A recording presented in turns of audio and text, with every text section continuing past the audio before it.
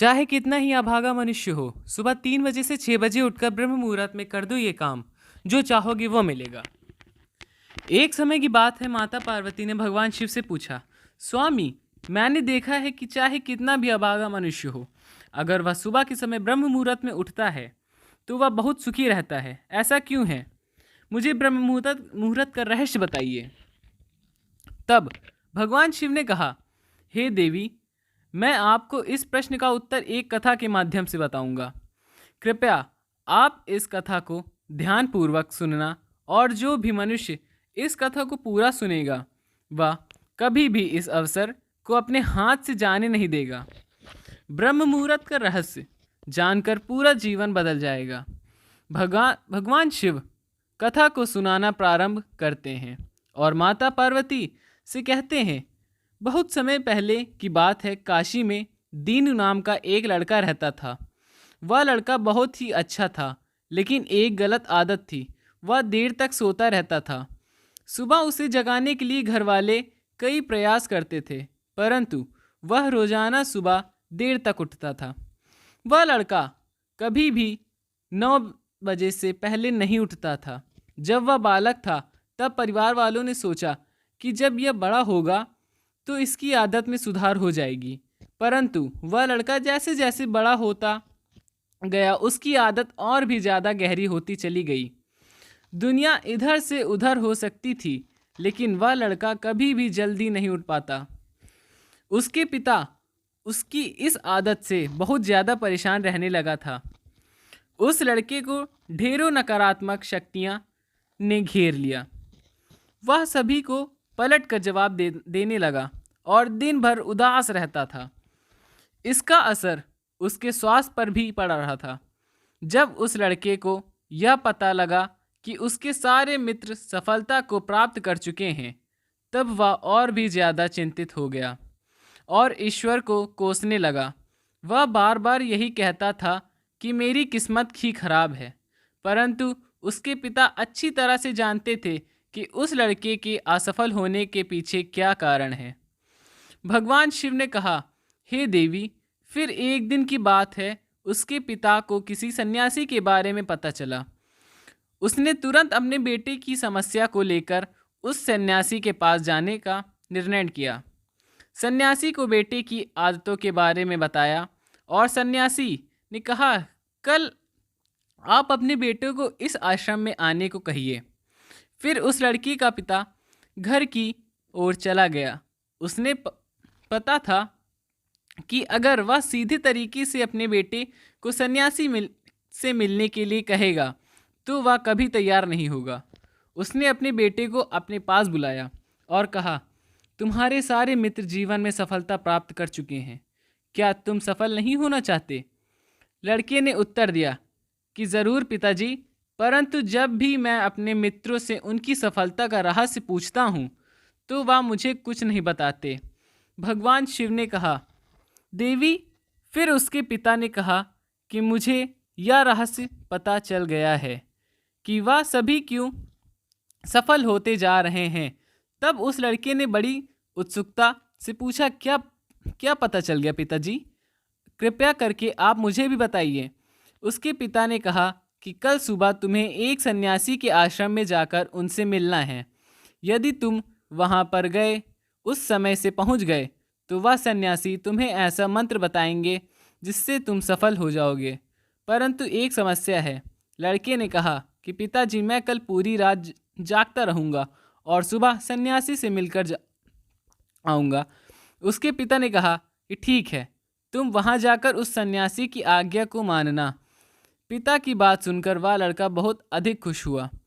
जीवन में पहली बार रात्रि में वह जागता रहा, परंतु थोड़े ही समय में उसे नींद आ गई और वह सो गया। फिर अगली सुबह जब वह उठा तो उसे पता चला कि सन्यासी से मिलने का समय समाप्त हो चुका था। उसके पिता ने लड़के की तरफ देखा और कहा कि तुम जीवन में कभी सफल नहीं हो पाओगे, जाओ और जाकर सो जाओ। पिता की यह बात सुनकर उस लड़के को बहुत दुख हुआ। उसने मन ही मन स्वयं को चुनौती दी कि कल सुबह वह सन्यासी से मिलने अवश्य जाएगा। उसने अपने पैर में एक छोटा सा घाव बना लिया जिससे दर्द के कारण उसे रात भर नींद नहीं आई। भगवान शिव ने कहा, हे देवी, यह ऐसा पहला अवसर था जब उसने अपने जीवन में पहली बार सूर्य उदय देखा था। वह तुरंत ही तैयार होकर सन्यासी से मिलने के लिए चला गया। आज उसका अनुभव कुछ अलग ही था। वह बेहद शांत महसूस कर रहा था। चलते चलते वह लड़का जैसे ही सन्यासी के आश्रम में पहुंचा तो वहां पर उसने देखा कि सन्यासी और उसके सभी शिष्य ध्यान लगाकर बैठे हुए थे। भगवान शिव ने कहा, हे देवी, फिर जब ध्यान का समय समाप्त हुआ तब लड़का उस सन्यासी के पास पहुंचा और उन्हें प्रणाम करते हुए बोला कि आपके पास कोई ऐसा मंत्र है जिससे मैं सफल हो सकता हूँ? कृपया करके मुझे वह मंत्र बताइए। मैं भी अपने मित्रों के समान सफल होना चाहता हूँ और अच्छा जीवन जीना चाहता हूँ। भगवान शिव ने कहा, हे देवी। फिर सन्यासी मुस्कुराए और बोले, अच्छा, तो तुम वही बालक हो। तुम्हारे पिताजी मुझसे मिलने आए थे और उन्होंने तुम्हारे विषय में मुझे सब कुछ बता दिया था। मैं तुम्हें वह मंत्र अवश्य बता देता, परंतु अब लड़के ने जैसे ही परंतु शब्द सुना तो लड़का घबरा गया। उसने पूछा, परंतु क्या गुरुदेव? तब सन्यासी बोला, मैं तुम्हें वह मंत्र बताऊंगा, परंतु अगले 21 दिनों तक तुम्हें मेरी आज्ञा माननी होगी। मैं तुम्हें वह मंत्र 21 दिनों के बाद बताऊंगा।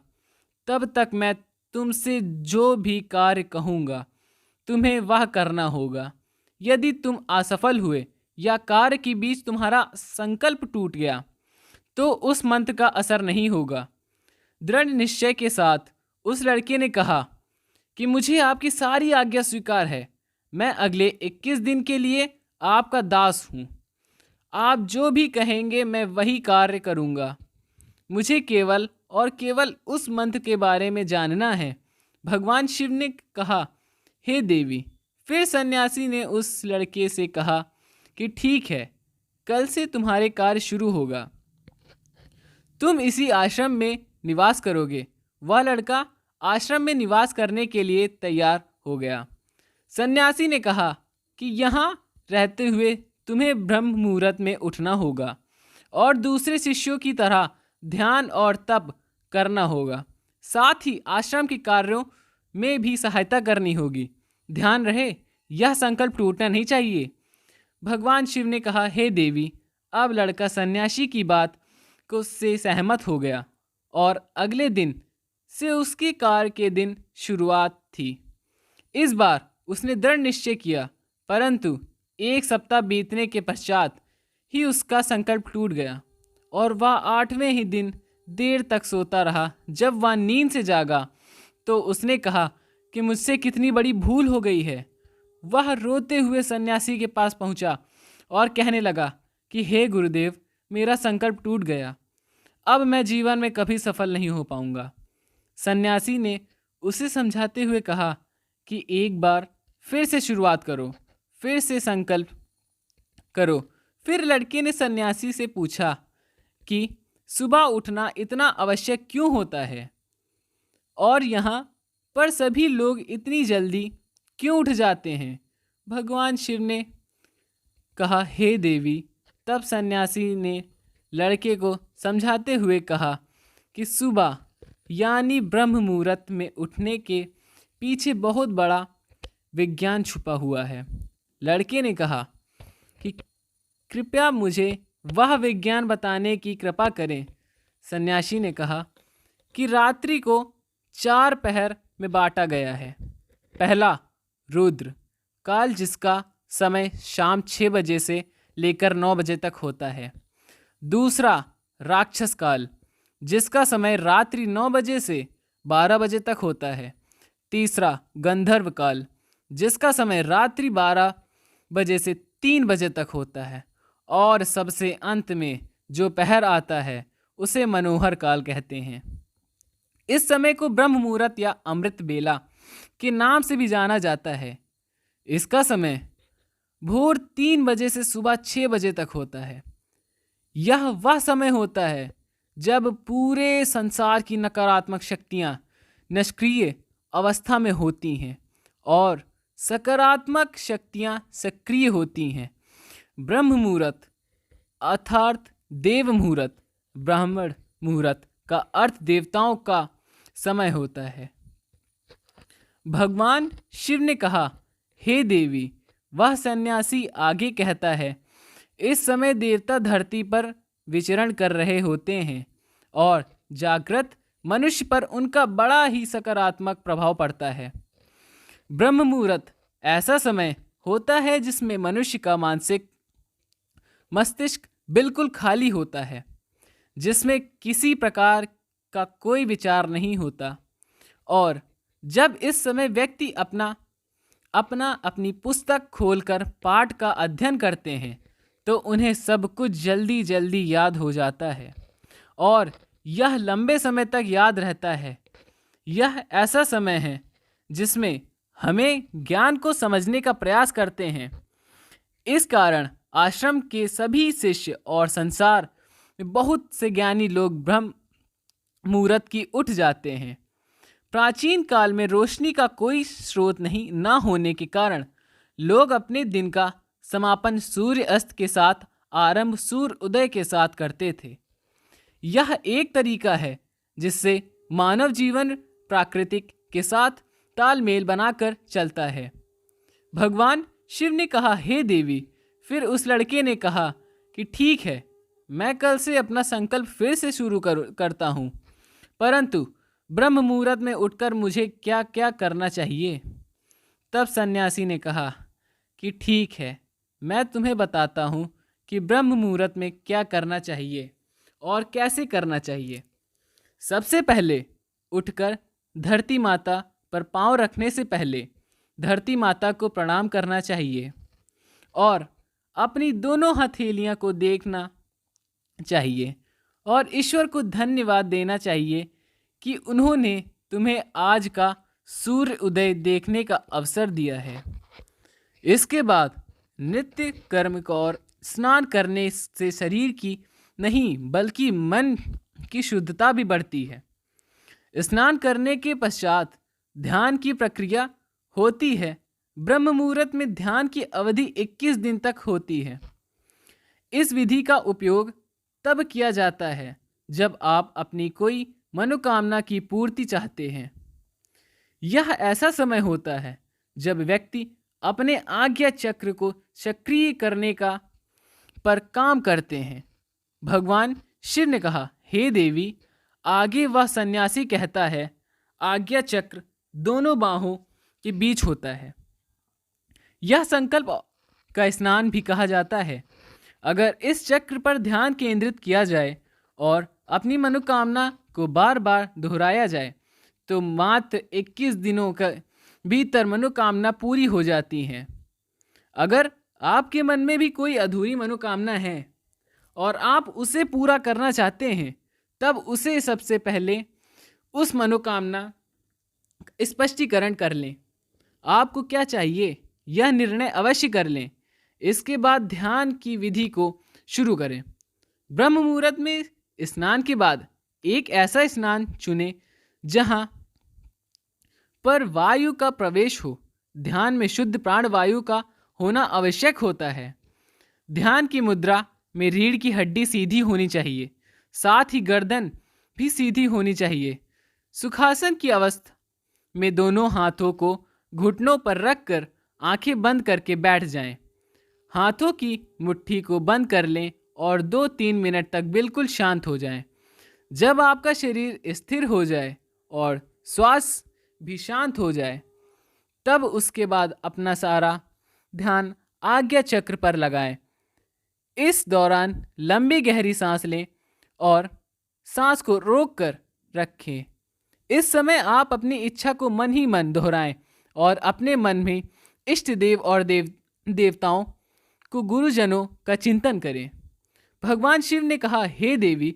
उस सन्यासी ने कहा, जब सांस को रोकना कठिन हो जाए तब धीरे धीरे सांस को बाहर की ओर छोड़ो। सांस को नाक से भरे और मुख से बाहर छोड़ो। इस प्रक्रिया को 3 से 4 बार प्रतिदिन दोहराएं। ऐसा प्रतिदिन करने से आपकी जो मनोकामना है वह अवेतन मन के अवश्य पहुंच जाएगी और इच्छा पूर्ति जल्दी होगी। आज्ञा चक्र सक्रिय होता है और हमारी आज्ञा को पूरा करता है। सांस को रोक कर रखने के दौरान शरीर में आपातकाल की स्थिति हो जाती है, जिससे कि आप बेकार की बातें सोचने और विचार से बचते हैं। ब्रह्म मुहूर्त के समय ईश्वर की विशेष कृपा होती है और कोई भी व्यक्ति अपनी मनोकामना को इस समय दोहराता है तो उसकी इच्छा जल्द से जल्द पूरी होती है। भगवान शिव ने कहा, हे देवी। इस प्रकार सन्यासी ने उस लड़की को ब्रह्म मुहूर्त का महत्व बताया।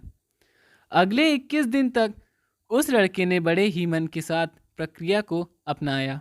अब वह बहुत ही ज़्यादा अनुशासित और शांत स्वभाव का बन चुका था।